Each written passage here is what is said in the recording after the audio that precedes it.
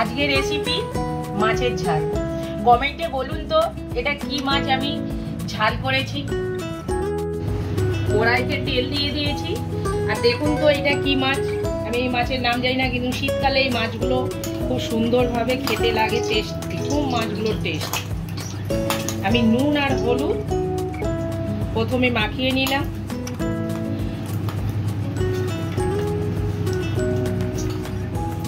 মাছগুলো সুন্দর করে ভেজে নেব।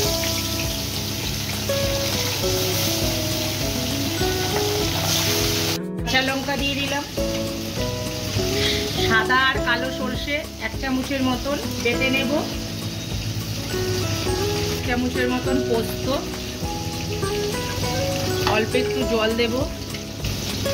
মশলাটা আমি মিক্সিতে বেটে নিই।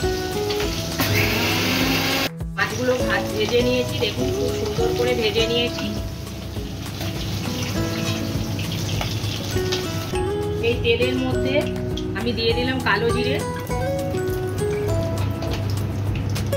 কালো সর্ষে আর কাঁচা লঙ্কা পোস্ত বাটা, এটা এই গরম তেলের মধ্যে আমি দিয়ে দিই। মিক্সি দেওয়া জলটা ঢেলে দিলাম। সামান্য একটু হলুদ দেব, অল্প একটু মিষ্টি দেব। ঠিক আছে, আমি ওপর দিক দিয়ে 4-5টা কাঁচা লঙ্কা দিয়ে দিলাম। আমি মাছগুলো একে একে ছেড়ে দিলাম।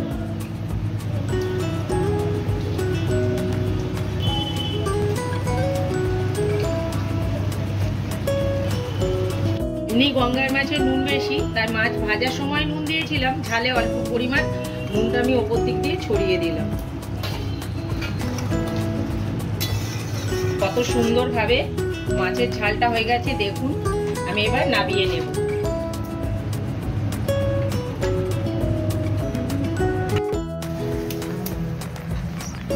মাছের ঝালের রেসিপিটা যদি আপনাদের ভালো লেগে থাকে তাহলে অবশ্যই লাইক, কমেন্ট, শেয়ার আর আমার সাথে থাকবেন।